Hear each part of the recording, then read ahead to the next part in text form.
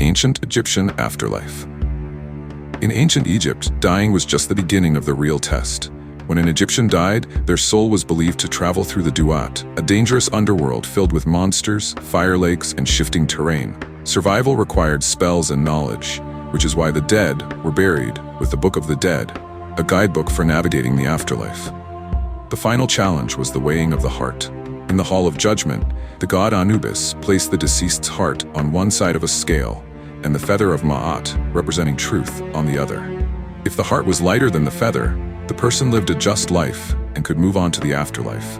If the heart was heavier, weighed down by guilt and wrongdoing, it was devoured by Ammit, a creature part crocodile, part lion, part hippo. That soul simply ceased to exist. Those who passed the test entered the field of reeds, a mirror image of Egyptian life on earth, but perfect. Same home, same river, same fields, just without disease, hunger, or death. This is why Egyptians preserved bodies through mummification. They believed the soul needed a recognizable body to return to, and needed the body intact to function in the next world. Ancient Greek Afterlife. In ancient Greek belief, death didn't lead to one afterlife. It led to one of several, depending on how you lived. Every soul crossed the river Styx, ferried by Charon, and arrived in the underworld, ruled by Hades. Most people ended up in the Asphodel Meadows, a gray, unremarkable place for ordinary souls who were neither especially good nor especially bad. An afterlife best described as forgettable. Those who lived truly evil lives were sent to Tartarus, a deep pit reserved for punishment. Some of Greek mythology's most famous eternal punishments happen here, including figures forced to repeat the same impossible task forever. But heroes, and those favored by the gods, could enter Elysium, a paradise of eternal spring, peace, and comfort. In later versions of the myth, souls in Elysium could even be reborn, and after several virtuous lifetimes, move on to the Isles of the Blessed, the highest reward available. What makes Greek belief distinct is this built-in class system for the dead. The afterlife wasn't just about morality, it reflected the same hierarchy of heroes, gods, and ordinary people that existed in Greek society itself. Norse Afterlife. In Norse mythology, how you died mattered just as much as how you lived.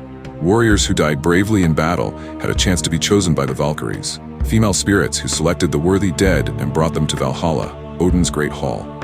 There, they feasted, fought training battles every day, and prepared for Ragnarok, the prophesied final battle at the end of the world. Not every warrior went to Valhalla, though. Half of those who died in battle went to Folkvangr, a field overseen by the goddess Freya, considered just as honorable a destination. But most people didn't die in battle at all. Those who died of sickness, old age, or accident went to Hell, a realm ruled by a goddess of the same name. Despite the ominous sound, Hell wasn't necessarily a place of punishment. It was simply the default afterlife for the majority of the dead, described as cold, gray, and quiet. This system reflects Norse culture's obsession with a heroic death. Dying in combat wasn't just brave, it was a ticket to a better afterlife, while an ordinary death led to an ordinary eternity. Christianity. Christian belief centers on a single, decisive moment, the final judgment. According to Christian teaching, after death, souls await a final judgment by God. Those judged righteous through faith and grace are welcomed into heaven, described as eternal life in God's presence, free from suffering, pain, or death. Those judged unrighteous face hell, traditionally described as eternal separation from God, and in many depictions, eternal punishment. Different Christian traditions describe the process differently.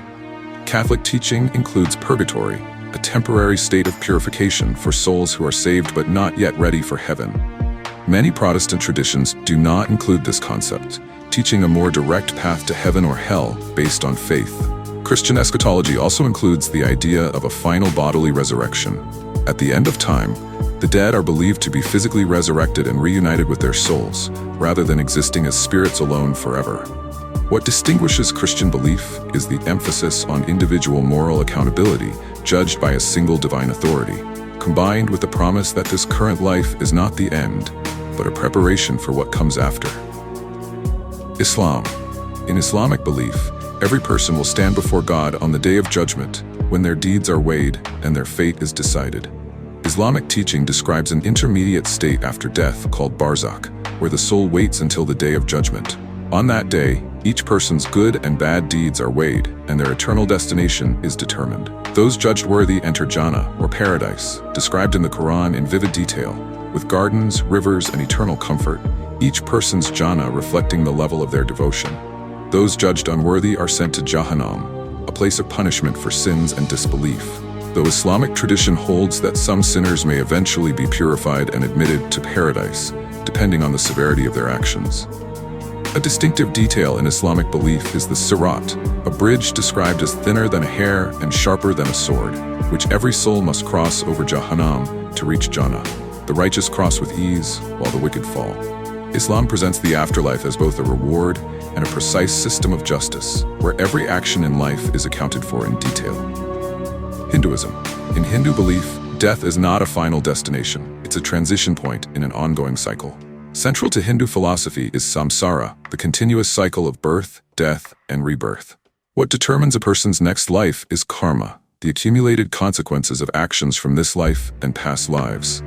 Good actions lead to a better rebirth, harmful actions lead to a lower one. Hindu belief describes multiple possible realms a soul might be reborn into, including heavenly realms for the virtuous and difficult, hellish realms called naraka, for those who committed serious wrongs. Even naraka is typically temporary, a place of purification rather than eternal punishment. The ultimate goal in Hindu belief isn't reaching heaven, it's escaping the cycle entirely.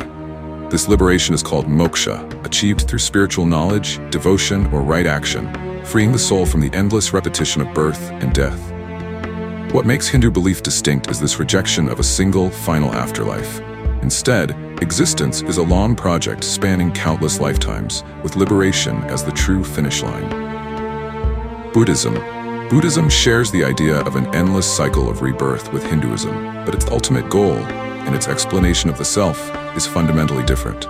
Buddhist teaching describes 6 realms of possible rebirth, ranging from heavenly realms of pleasure to the human realm, down to realms of hungry ghosts and hell realms of intense suffering. Like in Hindu belief, karma determines which realm a being is reborn into next. But Buddhism rejects the idea of a permanent, unchanging soul moving from life to life. Instead, it describes a process more like a flame passing from one candle to another, connected but not identical. The ultimate goal in Buddhism is nirvana, the complete extinguishing of desire, suffering, and the cycle of rebirth itself. Reaching nirvana doesn't mean going to a better realm, it means stepping outside the entire system of realms and rebirth altogether. This makes Buddhism's version of the afterlife less about reward and punishment, and more about escaping suffering at its root, defined not by where you end up, but by what you stop clinging to. Chinese folk religion and Taoism.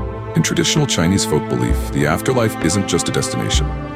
It's a legal system, complete with paperwork and courts. According to this tradition, the dead are sent to Diyu, an underworld often described as consisting of 10 courts, each ruled by a judge and each handling different categories of sin. Souls pass through these courts in sequence, facing specific punishments matched to their wrongdoing in life, before eventually being prepared for reincarnation. Presiding over this system is Yama, the king of the underworld, who oversees the records of every person's life, keeping detailed accounts of good and bad deeds. Family members on Earth traditionally burned paper money and paper replicas of goods, believed to transfer wealth to deceased relatives for use in the afterlife bureaucracy. Unlike many other traditions, Diyu isn't a permanent destination. After serving their sentence, souls are typically reincarnated back into the world, often given a drink that erases their memory of the underworld and their past life. This vision of the afterlife reflects a deeply bureaucratic worldview. Even death is organized, documented, and eventually appealable through the right offerings. Aztec afterlife. In Aztec belief, your afterlife wasn't decided by how you lived. It was decided by how you died. Most Aztecs believed that ordinary death from old age or illness led to Mictlan, the underworld ruled by the god Mictlan Tecutli. Reaching Mictlan required a difficult 4-year journey through 9 distinct levels, facing obstacles like clashing mountains and freezing wind. This was a trial the soul needed help to survive, which is why the dead were buried with supplies and a dog to guide them. But certain deaths bypassed Mictlan entirely. Warriors who died in battle, and women who died in childbirth, were believed to join the sun god Huitzilopochtli, escorting the sun across the sky, one of the most honored afterlives available. Those who died by drowning, lightning, or certain diseases linked to water were sent instead to Tlalocan, a lush paradise ruled by the rain god Tlaloc. This system meant that an ordinary Aztec had far less control over their afterlife than someone in many other traditions. The manner of death mattered more than personal virtue or moral behavior. Japanese Shinto and Buddhist belief. Japanese beliefs about the afterlife come from two traditions blended together: native Shinto belief and Buddhism, imported from the Asian mainland. In Shinto tradition, the dead don't necessarily leave the world of the living behind. Ancestors are believed to become kami, spirits who continue to watch over and influence their descendants, which is why ancestor veneration remains a central practice, honored at home altars and during annual festivals. Older Shinto myth also describes Yomi, a land of the dead described as dark and polluting, a place the living were meant to avoid contact with entirely. Buddhism, layered on top of these native beliefs, introduced the concept of rebirth and multiple realms, similar to broader Buddhist teaching found elsewhere in Asia, along with ideas of judgment and purification after death. The result is a uniquely blended view. Ancestors remain present and honored in daily life, while Buddhist ideas of karma and rebirth explain what happens to the soul over a longer timeline.